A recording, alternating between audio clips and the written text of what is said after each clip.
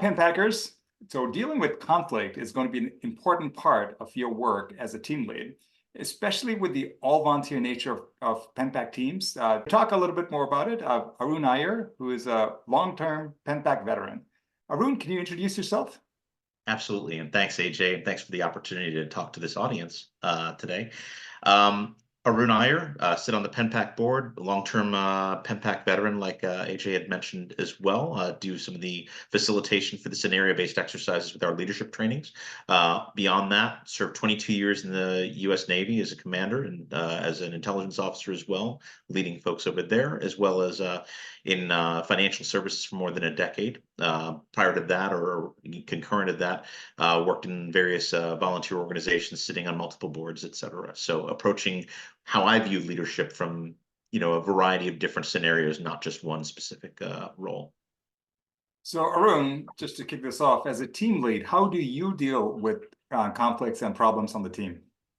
Well, you have to be a good leader and a good follower. And so I've had the opportunity in PenPack to be both team leader and also see what it's like to be on the receiving end of good team leaders as well. So I'd say the most important thing that you want to look at is just take a breath. That would be the first thing I'd say, and try and assess what the problem or what the issue might be. Is there an underlying simple issue, or is this more complex than that? Is there more to it? And this is just kind of a symptom or a tip of the iceberg for a bigger issue that might be brewing for you.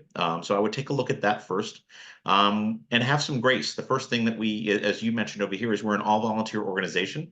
We basically make our living as an organization in PenPack off of repeat offenders, and we want each experience that people have to be extremely enriching, but also satisfying and enjoyable. And we want that for more than just the reason of them coming back. We want that because that's what we're trying to provide for the Penn alum that volunteer with us. So I would say look at that and take a breath and make sure that, hey, is this a big enough deal to be looking at, to be addressing, or is this kind of just a little bit of a rough edge for the day? The second thing I would say when you're looking at that is, all right, look at what your part is in this. You're the team lead. It is your responsibility, even though you're also a volunteer.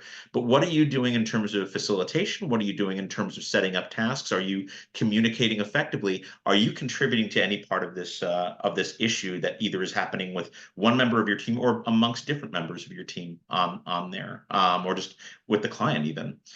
So I would say just look at your communications, look at what you've done, and try and take a look at that introspectively first before starting to go outward and try and say, all right, well, who's kind of causing this issue at that point? But then when you get to that point, and after you've been introspective, you've shown some grace, now you have to look at, all right, very objectively, not just based on who you get along best with the team and all that, but look objectively, if I was in that person's situation, how would I feel about this? And try and explore it from each person's perspective. One of the beautiful things is that we do all these icebreakers and get to kind of know our folks that are working on our team. Even though it's a short duration, we make a habit of kind of doing check-ins and icebreakers. And the reason is you try and get an idea of what people's perspectives are, so that way you as a team leader can understand it a little bit better. And I would say then try and approach it that way and put yourself in their shoes, but look at it objectively. Don't look at it from, this is what I want to have happen. Look at it from what people you think are experiencing at that moment. Thanks, Arun. So based on your experience, what type of scenarios have you seen on Pen Pack teams over the years?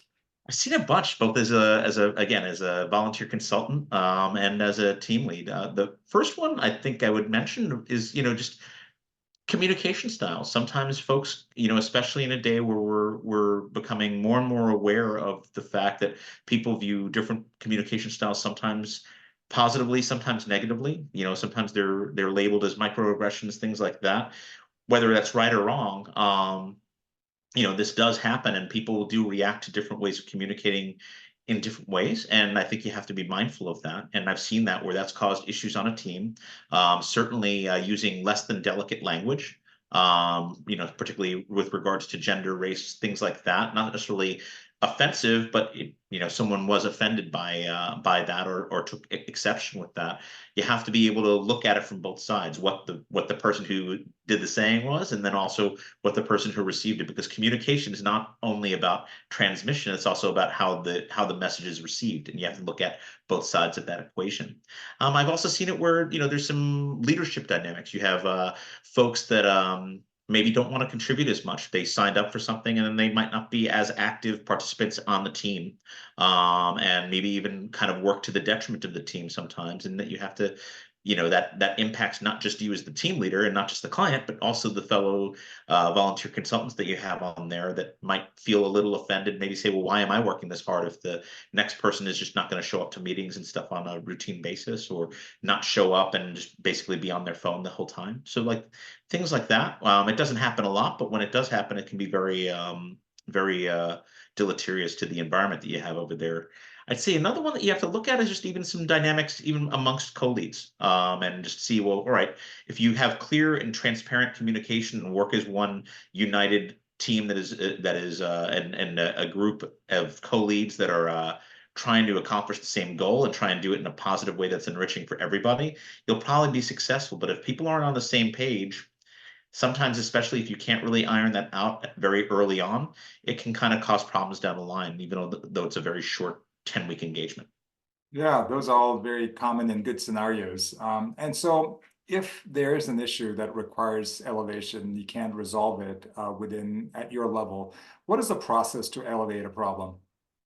Yeah, so I mean, I'm glad you're mentioning that. I think the way I would go through that process, just kind of similarly to the way that you have as the asking how I would deal with the problem, is try and solve it at the lowest possible level first. That obviously is a given based on your question, but really, in earnest, don't just automatically hit the easy button and say, I want to make this someone else's problem. Try and solve it. It's going to hone your own skills, but it's also better for everybody that they don't feel that they're put on the carpet to answer for things. But then, depending on whether it's between yourself as a team leader, a co-team lead, and if it's amongst the VCs, or if it's a client issue or whatever it is, I'd say you need to have transparent communication amongst the co-team leads. And if it's actually in the co-team lead dynamic, regardless, you have to make sure that the volunteer liaison is absolutely tracking this. They are there to help you. They're usually very seasoned, very experienced team leads themselves, and they've probably seen some of this stuff before in some way, shape, or form, the same issues or similar issues before, and will just serve as a really good sounding board, because sometimes maybe it might just be you need to vent about this and then move on. Sometimes it really does need escalation and needs action. And I think if your volunteer liaison will cue you on to, all right, well, we need to bump this up to PenPack management staff. So the deputy director and the executive director and director of operations that you have at PenPack, all of whom are fantastic, and they're there to listen to you. But obviously, they want to help you and the rest of your team be successful. So they're going to try and take a measured approach that's fair to all parties.